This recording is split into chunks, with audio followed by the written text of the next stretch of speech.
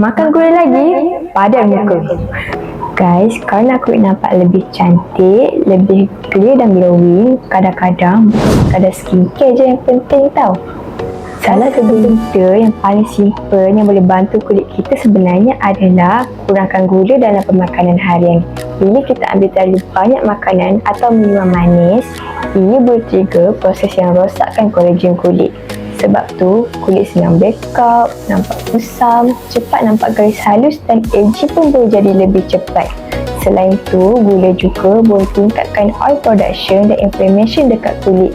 Kadang-kadang kita rasa dah pakai skincare mahal, dah buat facial dan treatment, tapi kulit still susah nak improve. Sebenarnya, lifestyle tu memainkan peranan yang sangat besar.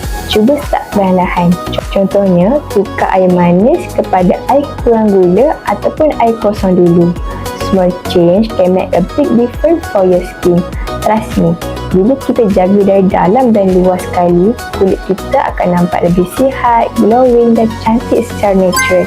Ingat, beauty is not a must, it's a routine.